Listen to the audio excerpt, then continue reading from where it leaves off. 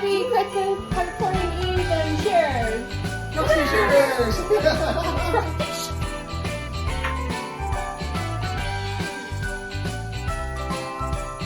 You have to think about something. In those days, royalty, and these were people that always had security guards around them because somebody was always trying to kill the king or the queen or whatever, for one reason or another. This was a person who was the only one who was ever allowed to be alone with the king. So this is a person who had to prove that they were totally trustworthy and beyond reproach. Yes. And sometimes the king would confide in them things they wouldn't confide in anybody else. I mean, this is the most trusted person in the kingdom. Who moved in were horrible to the native tribes that were already here. However, when they started out, that first group that landed at Plymouth, what is now Plymouth, Massachusetts, that first gang, they did ask for permission to move into this area, and the Indians said, yeah, we can let you have this. They made treaties with that local tribe. They traded with them. There was even intermarrying, and that the story of that first Thanksgiving, that's true. Those guys, they got along. It's the later groups like Jamestown and some of them, they came in under land grants given to them by the king through the East India Tea Company. And then they just said, well, the king said we can have this, so they and the Indians didn't know what the fuck they were talking about. They were sorry, this is my life. It's history. It's all history. We're hearing the most Christmassy story you've ever heard your whole life. Unless you're Krampus, then it's better to take the children. Take the children, drop them away. Yep, go ahead. But otherwise, it is so much better to give than receive. Yeah. It makes everybody better in the end. Yeah. the opposite side of Santa Claus, LaCoin Santa Claus is on. Really bad, put you in a gunny sack and beats the hell out of you. This is why we gotta get you to watch American Dad, because like there's Krampus is actually an American Although Dad. it sounds like something for like once There was just a Krampus festival not too long ago, and it was a hell of a lot of fun. Nobody got beat with cans. Yeah. So what about that wonderful Welsh tradition? The one with the talking horse skull. Oh, we had so much fun! Visits your door and sings at you, and you have to sing back at it. And if you don't, it has to come in and raid your fridge. So we had so much fun. It drinks your alcohol. No, when we were at Krampus, did you show him? What the hell? Did you show anybody the skull? Oh yeah, it's over on top It's of the... upstairs by the presents. Oh! Yeah. Grab it. You can. It looks exactly like that too. Think I should, Crystal? What? Think I should? Should what? Tell a story. Tell a story! Yeah, Yay! yeah, sure. All right, here's one. Is it a Christmassy story? No, Crystal. It got nothing to do with Music is Christmas. complimenting this. But it will be a story that will make you think. Okay. And possibly feel a little bit. There's this couple, Keith and Kathy. They decided to adopt. And decided from the very beginning that the adopted young one would be raised exactly as their own flesh and blood. She was 1 day old when they welcomed her into their Florida home. They clothed her and fed her and burped her and cuddled her and loved her and did everything that new parents do. They named her Vicky. And toys, tricycles and balloons and crayons and all kinds of stuff that she wasn't even hardly big enough to use, much less appreciate. And they celebrated her first tooth, bragged about her first step, got all worried when she caught her first cold and all that. And she grew up in this environment of love and nurturing. And it was Kathy that first noticed puzzling behavior. Old enough to walk, she was walking around the house one day, dragging a toy car on a string. Except the car and the string were invisible. Nobody else could see him. She could see him. He wasn't there. Kathy asked, Vicky, what are you doing? And Vicky stopped and looked around, embarrassed, because and she stopped doing it. She told her husband about it that night. He's a research psychologist, and he said, see if she does it again. Well, she did. She did it again, and again, and again. At first, only when she thought nobody was looking, but then eventually it didn't matter. She just did it, whatever. And one day there was a new wrinkle in her game. Her invisible string got tangled in something. She's trying to free it. Finally she yells out, Mama! Mama! And Kathy comes running to see what's wrong. And she saw it was wrong and played along, got down, and with an elaborate pantomime was untangling the string, and little Vicky raced off happy, dragging the toy invisible car behind her. And eventually she outgrew it. But Keith began to wonder if there was more to it. Because Keith knew, well, it was remarkable enough that they had taught her to speak a few words intelligibly. But he knew that one thing that's more human than anything else is imagination. And little Vicky was a chimpanzee. So they devised a series of tests to see just how much she could conceptualize, how much she really understood. At first, they just started doing, cards with just colors on them, associating colors and shapes. And she did very well on these tests. She did as well as any human children. And they made the tests a little bit more difficult. They wanted to see how she would associate inanimate and animate objects. So with various photographs. And she managed to do well, 85%, as well as, and better than some human children. Of her 6 errors, 3 of them were pictures of insects. Then they came up with a different test. They had pictures of humans and pictures of chimpanzees. Color, black and white.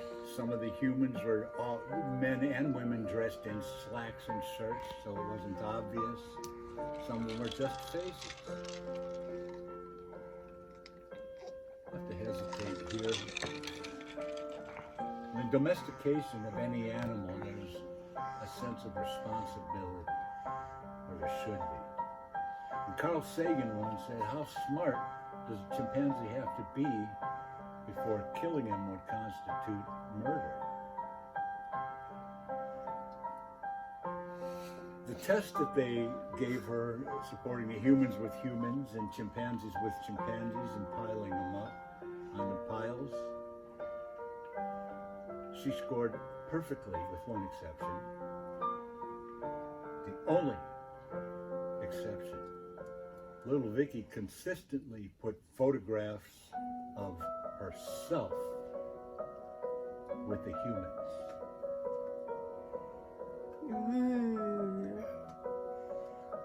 You saw that coming? I did not see that coming. Well, once we got to the chimpanzee. Yeah. That really threw me. Yeah. I felt like we had reached the punchline.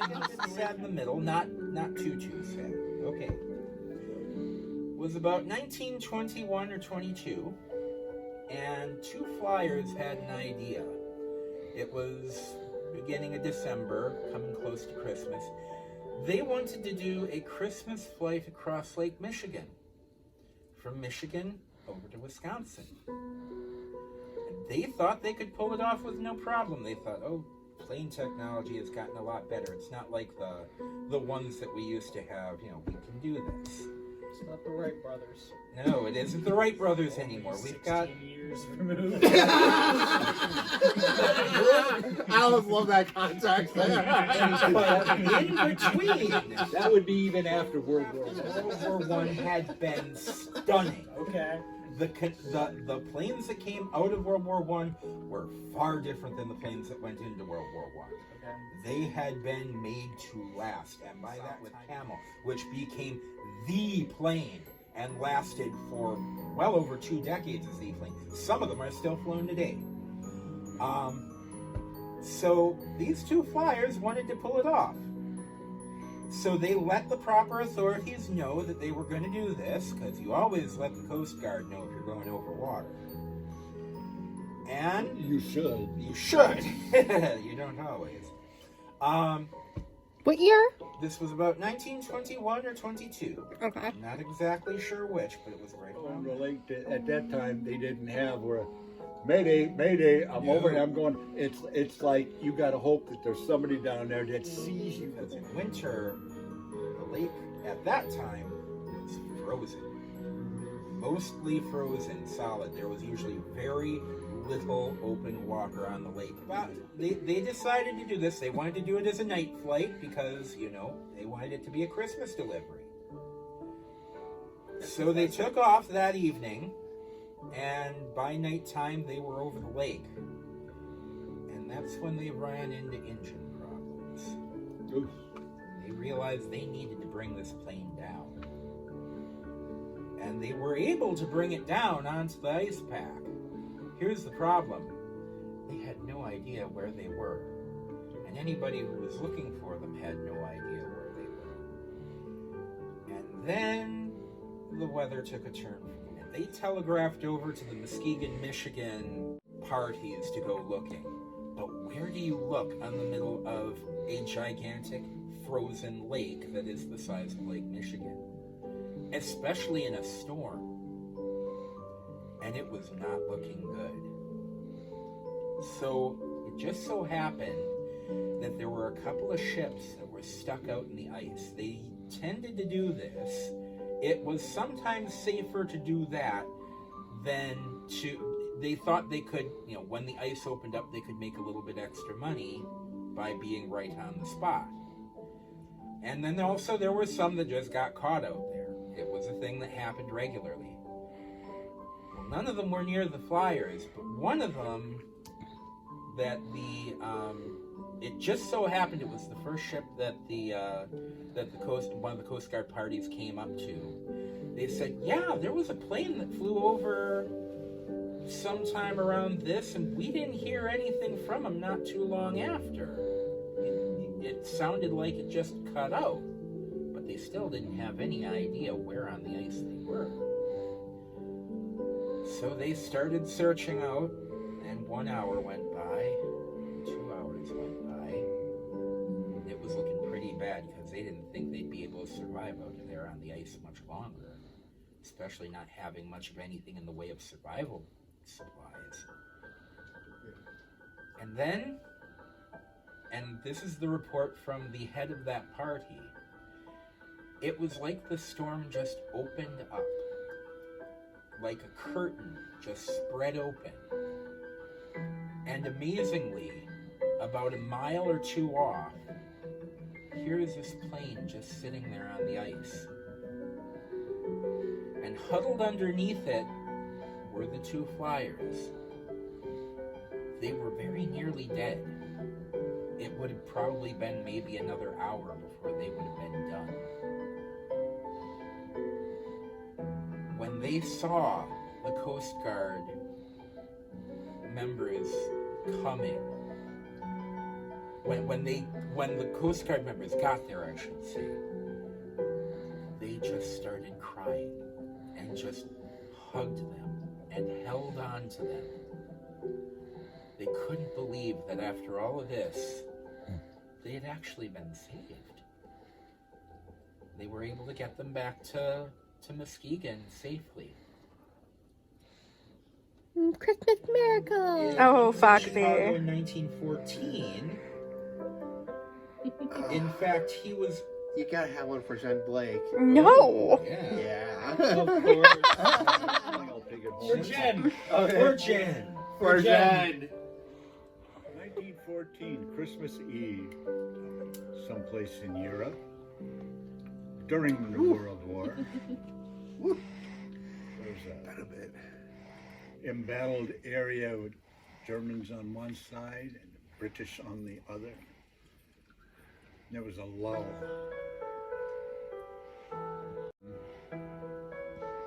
one side or the other, started singing a Christmas carol. And after a while, the other side realized what they were hearing. They didn't recognize the language, and they recognized the tune. They started singing the same song in their own language. And after a while, some of the guys started getting up, holding white flags, and they're waving at each other, and they met in the middle of this field. And somebody pulled out a ball, and they started playing soccer. Never happened before or since. These guys exchanged names, addresses, formed friendships that continued after the war.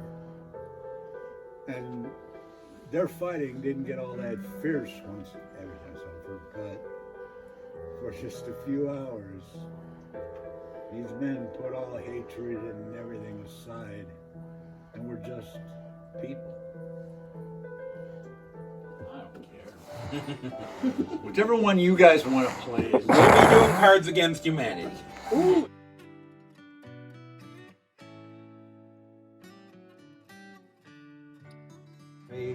That kind of goes with it, I guess. I'm a bitch, I'm a lover, I'm a child, I'm grandma. Wait. I'm a bitch, I'm a lover, I'm a child, I'm pictures of boobs. Wait. Every one of these is gonna get a wait at this point. It's part of the song now. I'm a bitch, I'm a lover, Actually, I like that I'm a song. child, I'm Harry Potter erotica. Wait. But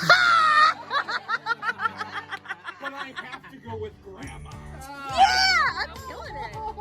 Archer, do you want to know what bondage turkey is? Not a chance in hell. I think it's too late for a decision on that. You're in hell. I forgot we invited her to the roadie thing. I don't even know what bondage turkey is. What is it? Okay. Where it originally started.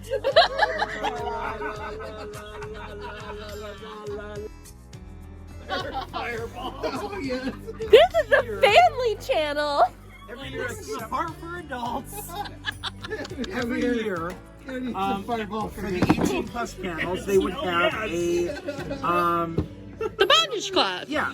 Yeah. Well, they had a stuffed turkey that they would use sometimes as an example. It gained its own following. A stuffed turkey. Yes, with Like a toy? yes. No, not an actual like meaty turkey. No, that would have gone bad after year two. And we're watching Centaur World. Well, what's more interesting? Oh, Santa World.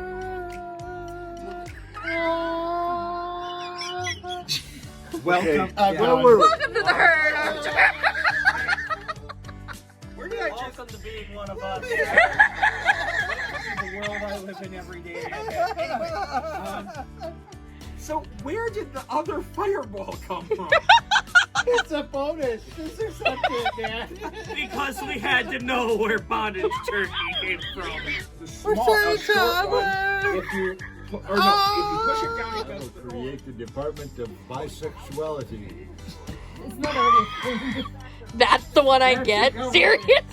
That's the government alternatives already. You know, that's actually a department that I think would, if the government would wake up to the fact that that's reality and learn to live with it, it would solve a lot of fucking problems. That's the winner. Goodbye. Yay. Speak the words and let them be said. But the Kardashians. But what about the time travel people? Time traveling bisexual Kardashian. This is all I gotta say to your fucking Let's get on Bravo. You know, Bojack actually served a purpose, and he kept people from going upstairs tonight. So, yeah. Good job, Bojack. Yeah, you made fun of me, but like, you know, of all the ridiculous things I bought at party conventions over the years, Bojack has been one of the most useful. Like, honestly, Yeah, he's basically this our is paid curtain. off. This is You know, 50 What bucks. did you pay for it? 50? Yeah, $50 well spent right here. Look at this. All it's in its glory. You could have your own Bojack for $50, but you didn't go to BronyCon. The last Yeah. BronyCon. Yeah, and what did you learn? Go to BronyCon. Yeah. And watch. Bojack Horseman. Bye! Does your planet need you? Good morning, Bojack. Good morning. Fox is still dead. I have kitties demanding food. And I have an after party clean up, but nah. I think I'm just gonna find some leftovers. And this is what makes me so happy. Somebody asked for coffee last night, so I made coffee. Nobody drank the coffee. But we turned it off, so I have like day-old coffee that's cold. I love it. I'm gonna add some creamer and drink it. But yeah, so if you didn't notice, I didn't put Vlogmas up yesterday. We were busy. So I'm probably gonna spend the afternoon compiling day 10, and then I'm sure there was pre-prep and then after prep, so I think pre-prep I'll put up for the 10th, and then the 11th will be in today's video, because let's be real, all Fox and me are doing today are going to be laying on the couch and being zombies. But I hope you guys had a great week, and thanks for watching our party and watching Vlogmas, and if you watch this, please subscribe, like, comment, I don't know, show your favorite emoji. But I hope you have a great day, and I'll talk to you soon. Bye! Yep. This is how we're gonna spend our day.